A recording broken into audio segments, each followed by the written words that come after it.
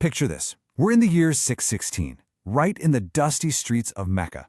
The air is just thick with tension, and people are quietly whispering to each other in absolute wide-eyed disbelief. Striding down the street with total majesty is this absolute giant of a man, famously standing over 2 meters tall. He walks directly up to the Kaaba, and then, at the absolute top of his lungs, he roars, "I bear witness that there is no God but Allah, and Muhammad is the messenger of Allah." And let me tell you, that declaration sent immediate, terrifying shockwaves straight through Mecca's ruling class.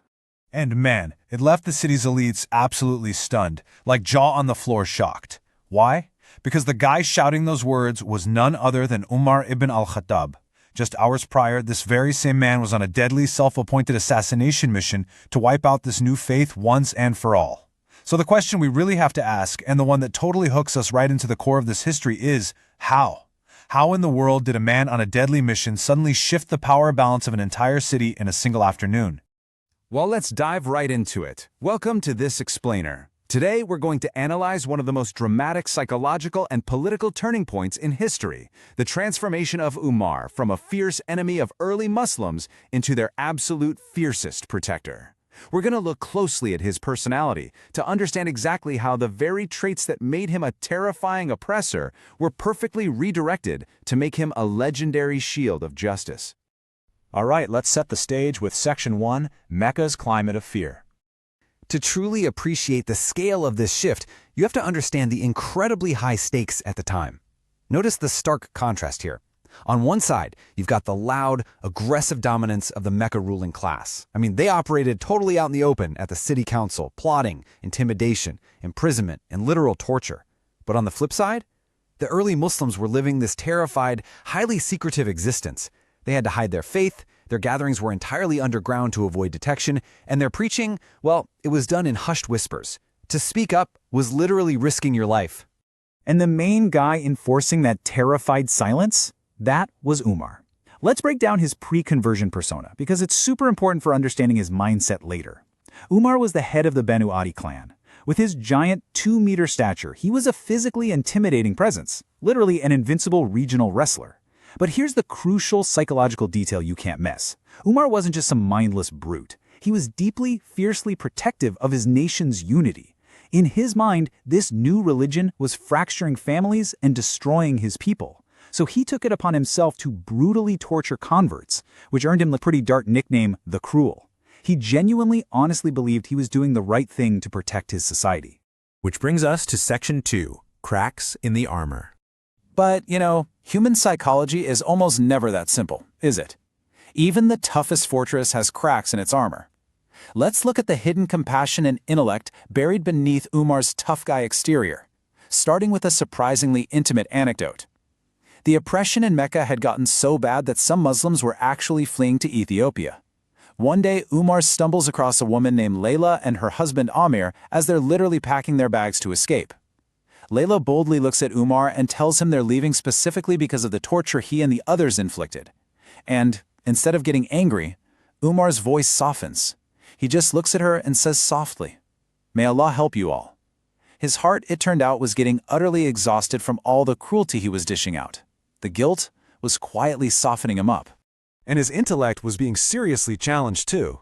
Listen to this. One night, Umar secretly sneaks up to the Kaaba and overhears the Prophet reciting Surah Al-Haqqa. Umar is totally captivated by the beauty of the words, but his stubborn brain tries to rationalize it. He silently thinks to himself, he must be a poet. Instantly, and I mean instantly, the Prophet recites the 41st ayah, which explicitly says the Qur'an is not the word of a poet. Stunned, Umar thinks, okay, then he must be a soothsayer. And the very next ayah recited says, nor the word of a soothsayer. It was crazy. It was like the text was precisely point for point countering his silent thoughts. The seeds of faith were definitely planted, but his stubbornness, it was still holding on tight. Moving right along to Section 3, the violent confrontation. So this internal war is raging inside him, right? But the external war in Mecca is about to hit a massive boiling point. Let's map out the real-time urgency of what was basically a suicide mission. That morning, the Meccan leaders are getting desperate. They offer a massive bounty of 100 camels to anyone who kills the Prophet. Umar decides enough is enough, and he accepts. By midday, he grabs his sword and marches out. But in the afternoon, he gets intercepted by a guy named Nuaym. Hoping to stall Umar, Nuaym drops a massive bombshell. Hey, before you worry about others, you should probably know your own sister and her husband have converted. In a split second, Umar's deadly mission takes a sudden detour, and he rushes furiously toward his sister's house.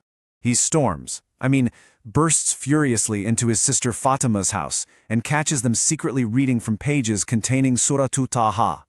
In a blind, intensely protective rage, Umar physically attacks his brother-in-law. When Fatima fiercely jumps in to defend her husband, Umar strikes her, sending her straight to the ground. And guys, this right here is the climactic turning point of the entire story.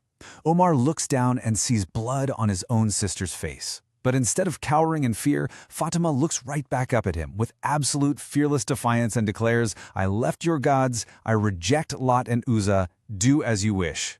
Seeing her bleed like that, it completely shatters his anger. He is totally stunned. He's standing there wondering, what on earth could possibly give her this kind of unbreakable courage against him? And that's when his innate sense of justice and that deeply buried compassion we talked about are finally triggered. He asks her, "Give me that thing you were reading." Fatima insists that only the pure can touch it, which actually forces Umar to go and wash himself first, which, if you think about it, is a beautiful symbol of his pride finally breaking. He takes the pages, reads the verses of Surah Taha, and is just entirely overcome by the majesty of the words. The stubbornness completely evaporates. His incredibly hard heart finally, totally surrenders. And that leads us to our final act. Section 4, Marching to the Kaaba.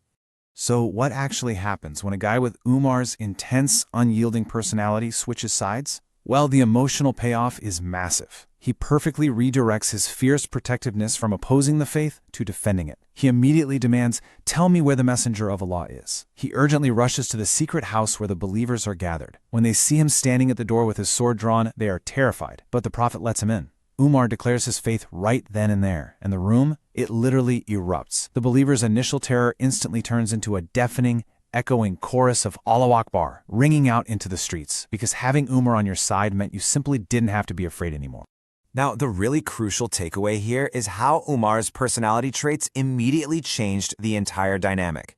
He turns to the Prophet and asks a surprisingly simple but totally revolutionary question.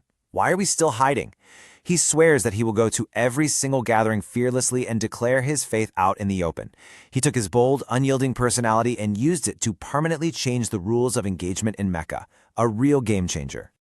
So, for the very first time, the Muslims step right out of the shadows. They form up into two ranks. You've got the Prophet in front, Umar taking the right flank, Hamza on the left, and all the believers following proudly behind. They march publicly right up to the Kaaba. It was an absolute, undeniable shift in power dynamics, leaving the Quraysh leaders just standing there in stunned silence, finally realizing the wind had officially changed direction. To really sum up this incredible transformation, we've got to look at this powerful quote from Abdullah ibn Mas'ud. He said, "His acceptance of Islam was a conquest, his migration was a victory, and his caliphate was a mercy." That little seed of faith planted in Umar's heart grew into a giant tree of conscience. The very traits that made him a terror, his massive strength, his fierce protectiveness, his unyielding resolve, they weren't erased, they were redirected. They transformed him into a merciful giant who would eventually be known to history as the Just, a leader under whom even animals felt safe from being wronged. You know, this explainer isn't just about ancient history. It's a massive study in the redirection of human potential. Which leaves us with this thought to ponder as we wrap up. If the fierce, unyielding traits of an oppressor can be completely transformed into the ultimate shield of justice, what dormant power lies waiting in your own convictions? When you align your absolute strongest, perhaps even your most stubborn traits, with a profound sense of purpose, what could you protect? What could you change? Take that thought with you and keep learning.